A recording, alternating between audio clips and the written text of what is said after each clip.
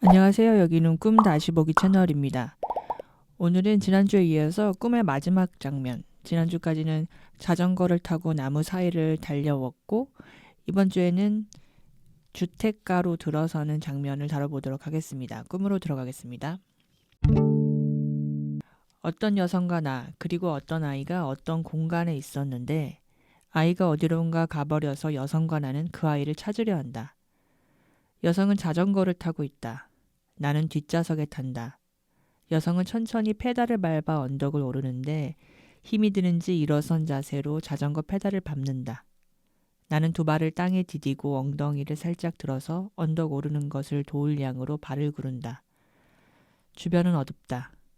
양 옆으로 담이 희뿌옇게 서 있는 좁은 골목길을 힘겹게 올라간다. 오르막을 다 오른 여성과 나는 자전거에 다시 앉는다. 여성이 페달을 밟으니 자전거가 앞으로 나간다. 자전거의 속도가 점점 빠르게 느껴진다. 주변의 나무들이 빠르게 지나간다. 나는 나무에 부딪힐 것 같아 불안하다. 자전거의 속도가 점점 빨라지더니 빛과 나무가 실제로 존재하는 것이 아니고 마치 영상 이미지처럼 평면적으로 보인다. 우리는 평면의 이미지를 뚫고 지나가는 것 같다.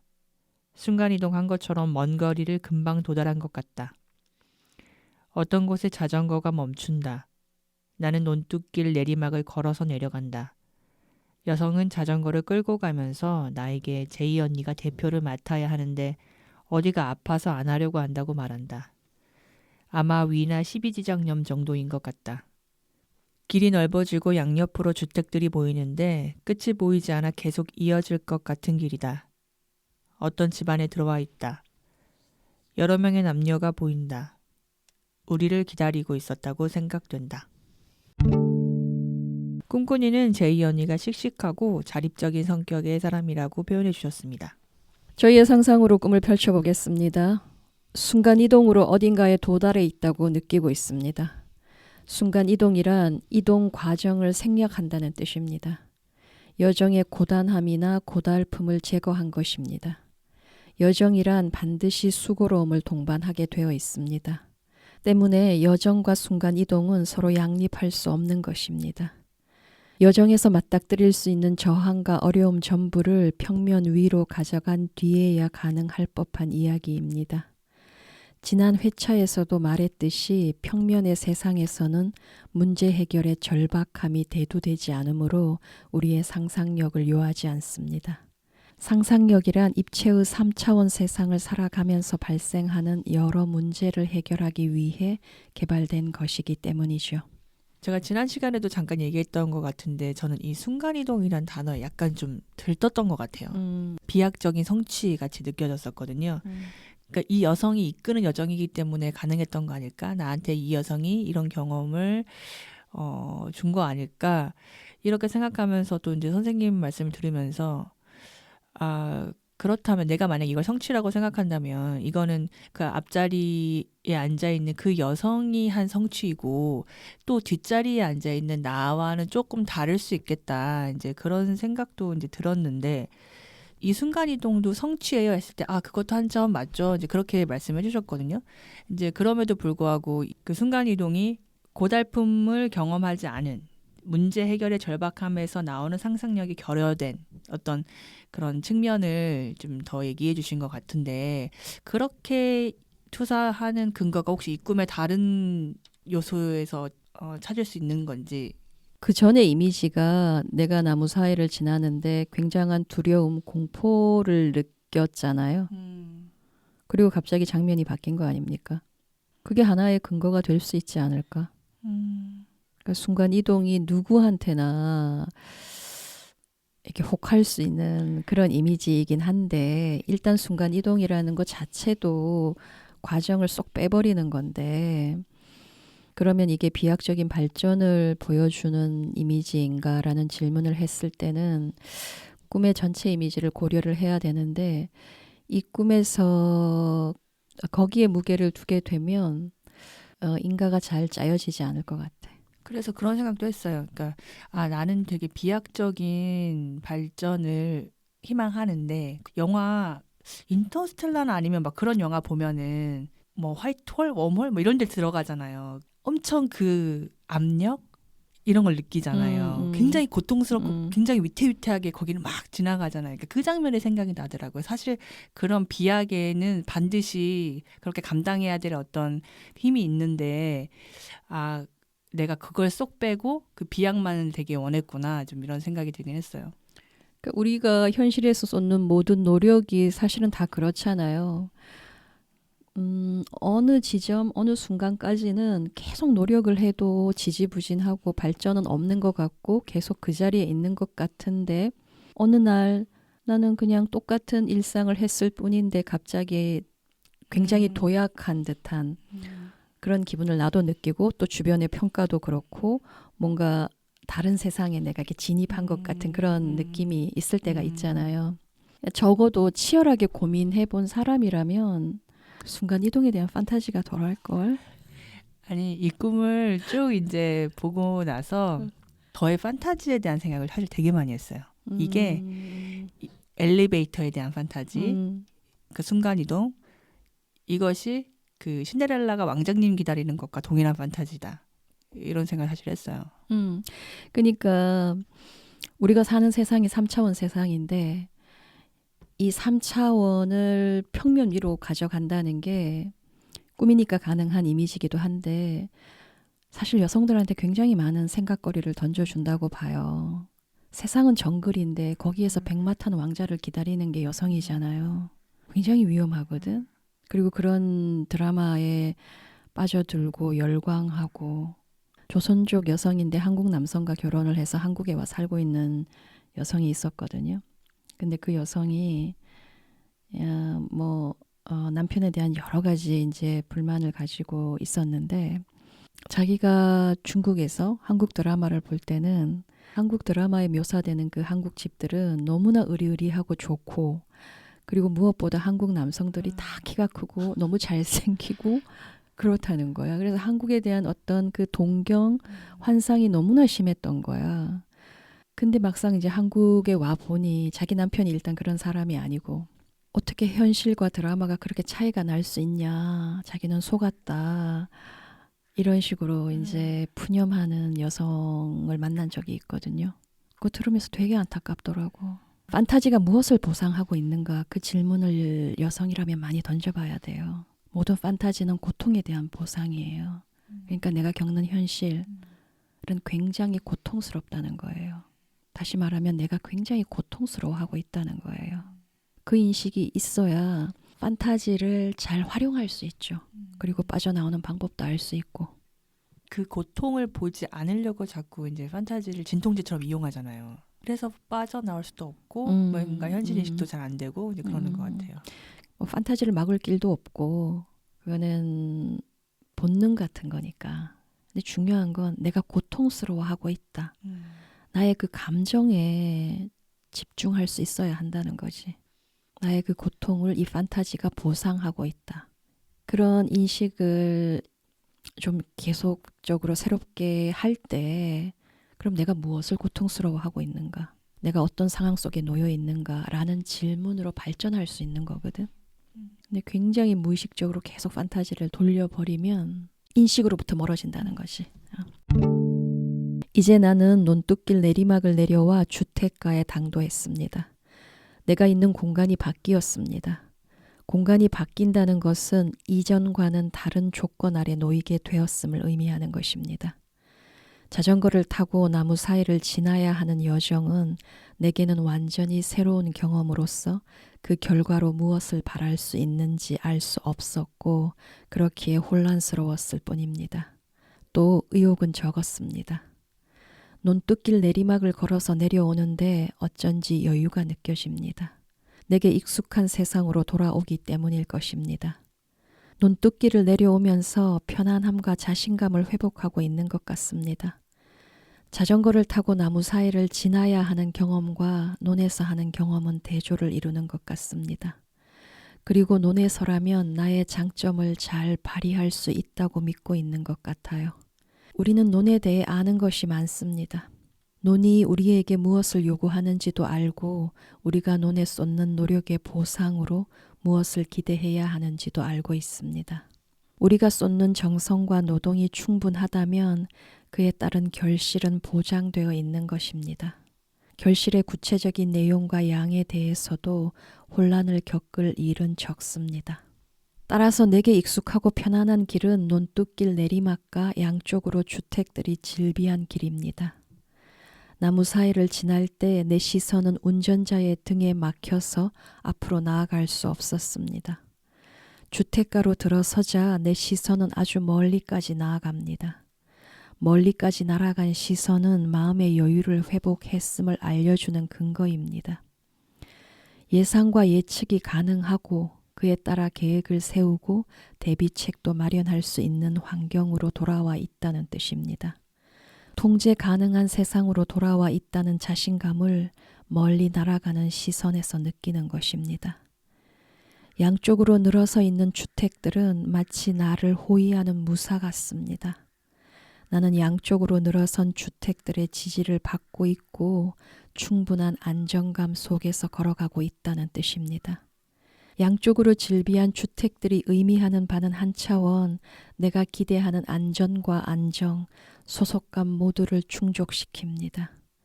나의 우선순위 리스트에서 첫 세 자리를 차지하는 가치들입니다. 양쪽으로 주택을 끼고 걸어갈 수 있다면 외로움을 덜 수 있고 언제라도 도움을 기대할 수 있을 것으로 기대하는 것입니다.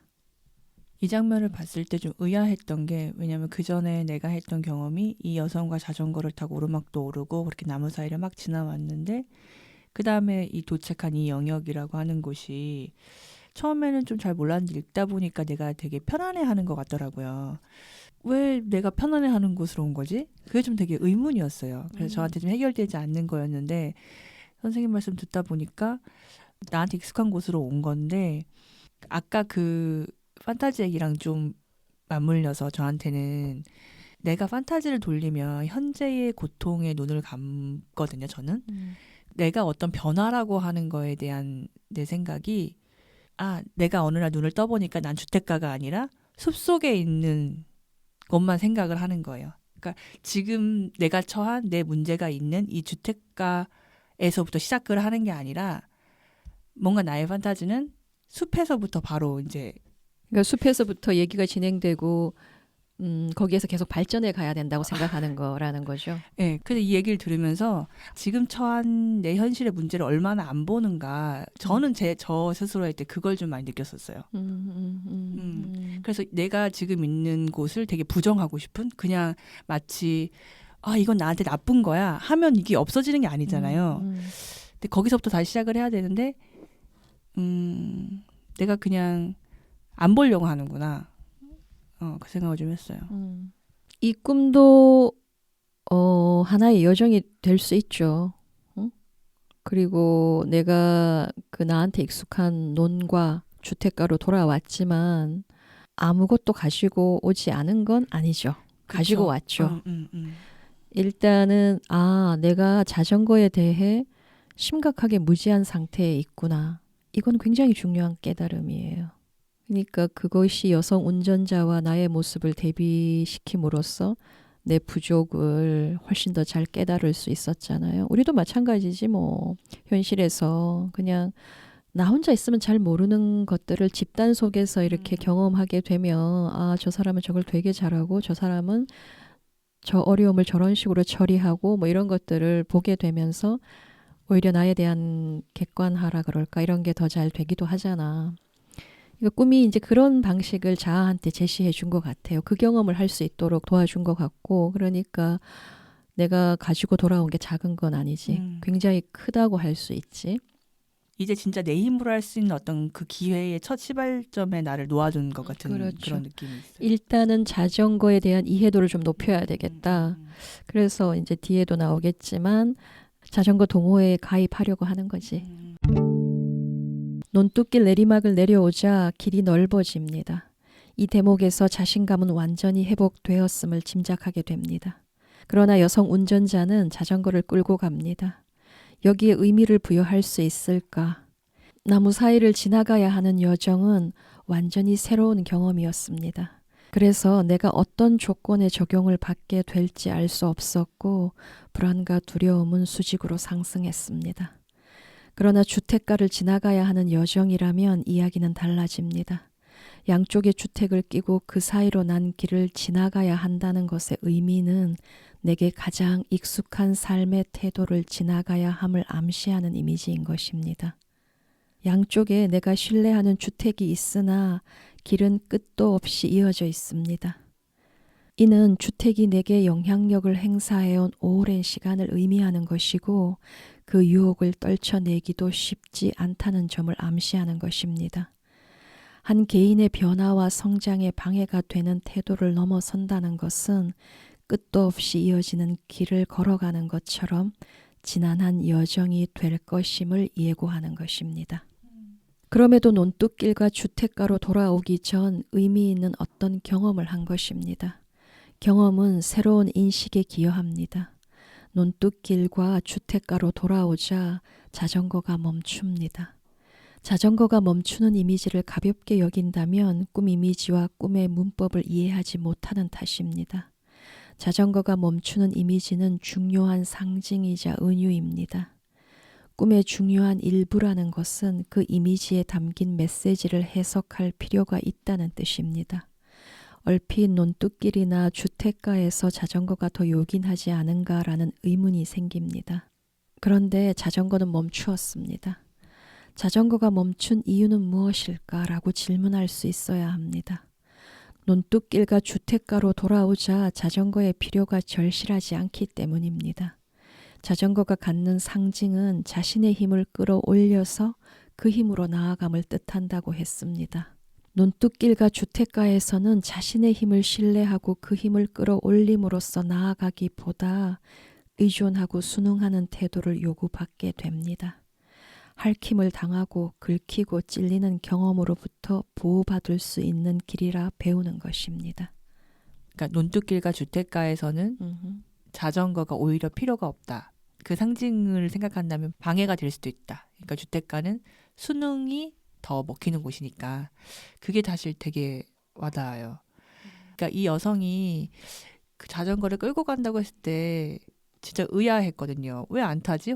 이렇게 쉽고 재밌을 텐데 왜 안 타지? 했는데 뭔가 이 여성의 의도가 있을 거라는 생각은 했는데 그게 이렇게 해석된다는 게 되게 수긍이 가고 그러니까 이제 꿈 이미지에서 자전거가 굉장히 부각됐잖아요. 여성 운전자가 그 자전거를 타고 막 이렇게 올라가려고 애도 쓰고 또 나는 뒷좌석에서 엉뚱한 행동을 하고 뭐 여러 가지로 그리고 그 자전거를 타고 나무 사이를 이렇게 지나가는 등의 이제 이미지가 자전거를 굉장히 부각시켰는데 때문에 이 자전거가 멈춘다는 이미지도 굉장히 중요한 이미지다라고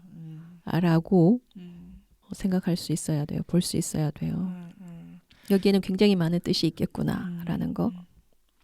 진짜 첫 장면, 두 번째 장면, 세 번째 장면 모두 굉장히 자전거를 강조하는 것 같고 자전거를 타는 게 사실은 굉장히 힘들고 나는 기존의 여성이면 할 수 없다고도 생각했고 그럼에도 불구하고 할 수 있고 그것이 나한테 어떤 경험을 선사하고 또 하나는 첫 번째 그 나왔던 아이 결국은 이게 내가 아이를 찾기 위한 여정 중의 일부인데 아이를 찾으려면 반드시 자전거를 타야 된다.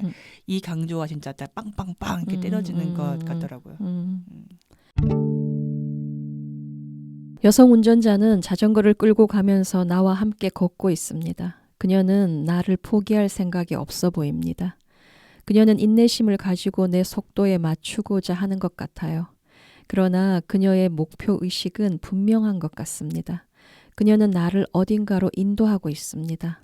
안내된 곳에서는 이미 여러 명의 남녀가 우리를 기다리고 있었습니다.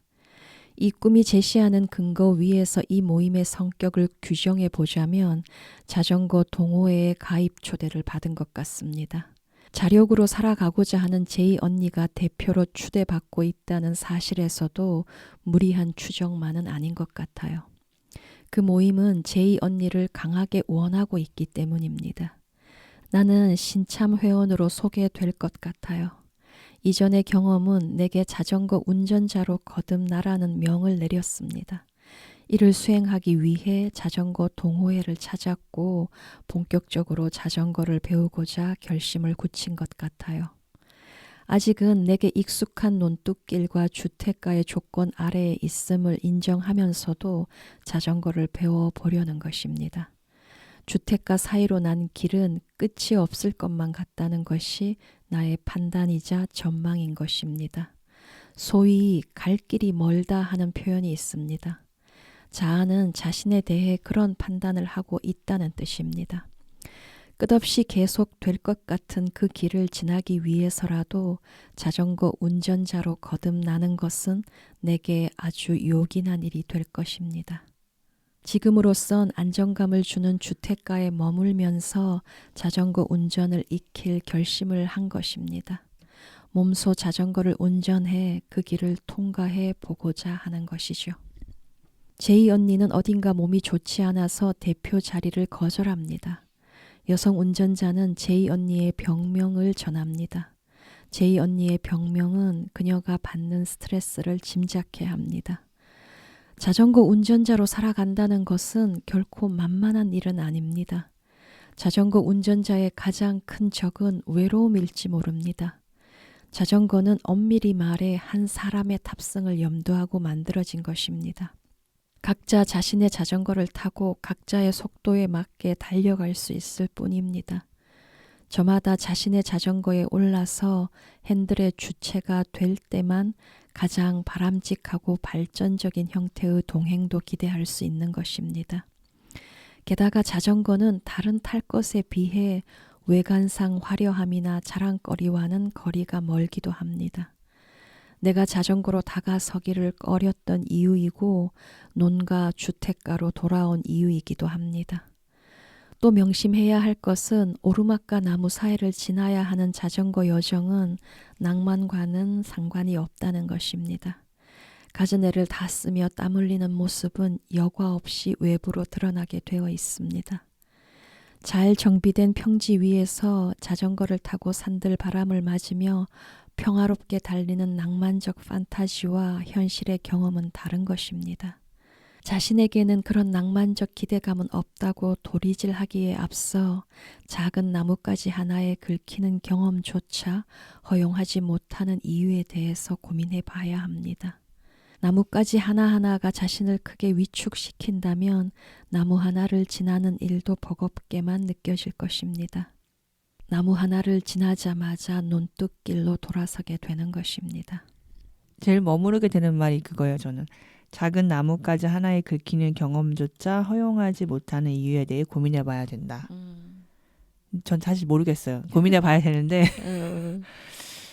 뭔가 걸려있는 것 같은 느낌이 이거에 대한 고민이 없었기 때문이구나. 좀 이런 생각도 들어요. 그리고 초반에 선생님이 그 상상력이라고 하는 게 문제 해결에 대한 절실함에서 나온다 이런 말씀을 하셨거든요. 그 말도 저한테는 좀 딱 꽂혔고요. 영혼 없이 정답 말하는 거, 그 내 태도가 문제 해결에 대한 절실함이 없기 때문에 고민 없이 말했구나 이런 생각이 들더라고요. 그러니까 지난 방송에서 그 나무 장면 얘기할 때 그 장면이 되게 중요하고 그 투사가 되게 와닿고 그래서 거기에 대한 어떤 질문도 하고 싶고 내 의견을 덧붙이고 싶고 했는데 생각이 나지 않더라고요. 근데 그게 되게 아쉬웠어요. 되게 그 아쉬움이 오래 갔어요. 근데 어이구 다행이네요. 그걸 아쉬워하는 게 되게 좋았어요. 제 스스로도.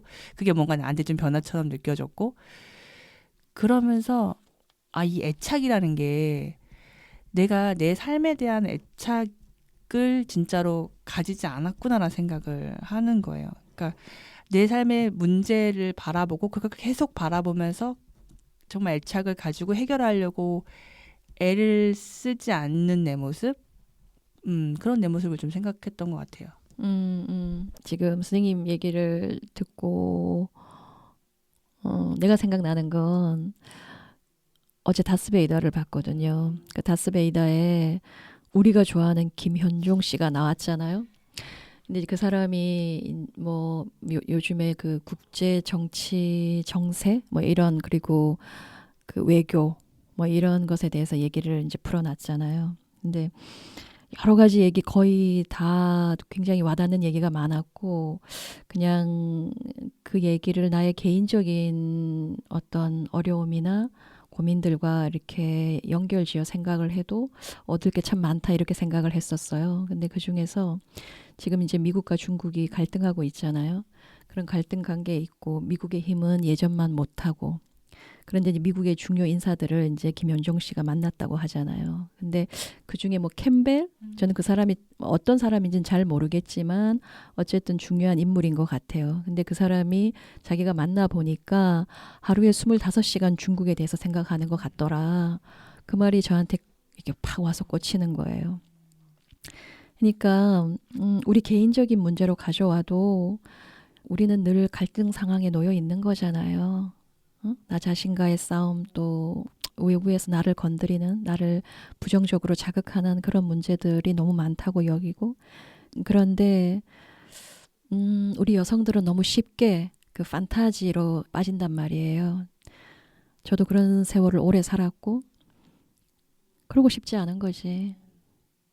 그리고 이제 꿈을 하는 나의 자세, 태도 이런 것도 돌아보게 되는 것이 왜냐하면 예전에는 어떤 한 이미지가 풀리지 않으면 그 이미지를 며칠씩 이제 가져가면서 이렇게도 해보고 저렇게도 해보고 그런 시간들을 잘 보냈다고 생각하는데 점점 그런 시간이 줄고 있는 걸 보게 돼요.